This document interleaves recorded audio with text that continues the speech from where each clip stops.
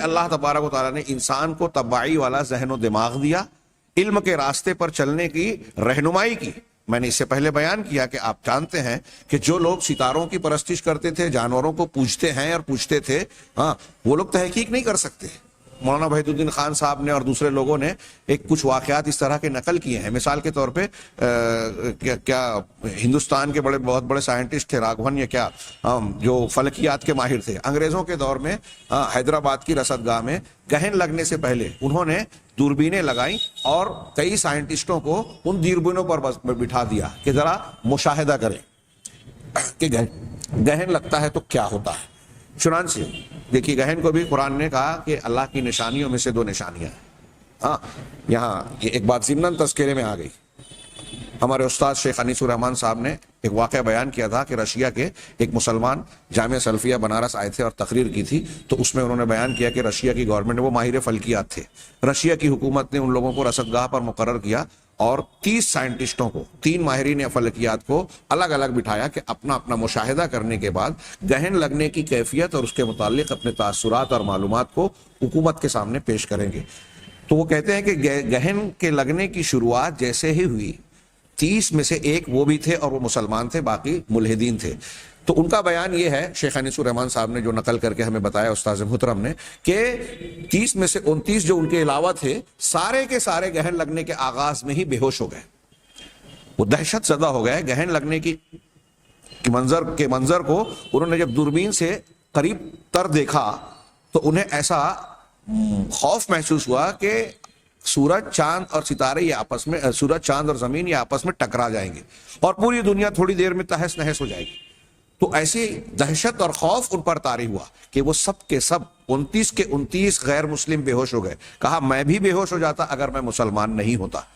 میں اس لیے بے ہوش نہیں ہوا کہ میں جناب محمد رسول اللہ صلی اللہ علیہ وسلم کی اس حدیث کو یہ جانتا تھا کہ ان الکسوف والخسوف آیتان من آیات اللہ، کہ سورج گہن اور چاند گہن یہ اللہ کی نشانیوں میں سے 2 نشانیاں ہیں۔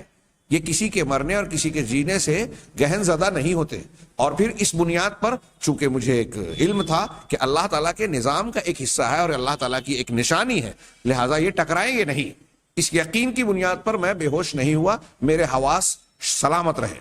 غور کیجئے، یہاں جو میں جن کا واقعہ سنا رہا ہوں، حیدرآباد کا، میں نام بھول رہا ہوں، راگھون یا کون تھے، بہت بڑے سائنٹسٹ ہندوستان کے، ان کے بارے میں انہوں نے درج کیا کتابوں میں کہ جب گہن لگنے کی شروعات ہوئی تو دوربین پر دیکھتے دیکھتے سارے سائنٹسٹ یا ماہرین فلکیات مشاہدہ کر رہے ہیں، یہ تھوڑی تھوڑی دیر پر اٹھ کر قریب رکھی ہوئی ایک گھنٹی کو بجاتے تھے۔ ایک انگریز افسر جو اس کا مشاہدہ کر رہا تھا، اس نے پوچھا کہ یہ کیا بات ہے، آپ گہن کا مطالعہ اور مشاہدہ کر رہے ہیں، اس کی اسٹڈی کر رہے ہیں اور گہن لگ رہا ہے، تو یہ بیچ بیچ میں آپ اٹھ کر گھنٹی کیوں بجاتے ہیں؟ تو کہا کہ یہ اس لیے میں بجاتا ہوں کہ میں ہندو ہوں اور ہندو مذہب کے مطابق گہن جب لگتا ہے تو ایک راکشس ہوتا ہے جو چاند کو، سورج کو یا زمین کو، ان کو نگلنے کے لیے لپکتا اور بڑھتا ہے۔ جب اس کو نگلنے کے لیے لپکا جائے تو اس وقت اگر ہم گھنٹی کی آواز بجاتے ہیں تو اس گھنٹی کی آواز سے وہ راکشس دور بھاگتا ہے۔ بہت غور سے یہاں ضمناً ایک قوس ہم لگائیں یا حاشیہ لگائیں کہ پیچھے کورونا کی وبا جب عام ہوئی اور ابھی بھی کچھ ہوئی تو ہمارے وزیر اعظم مودی صاحب نے کہا کہ تھالی بجاؤ، گھنٹی بجاؤ، تو ہو سکتا ہے کہ اس کا مصدر ہندو دھرم کی یہی تعلیم اور یہی خیال رہا ہو۔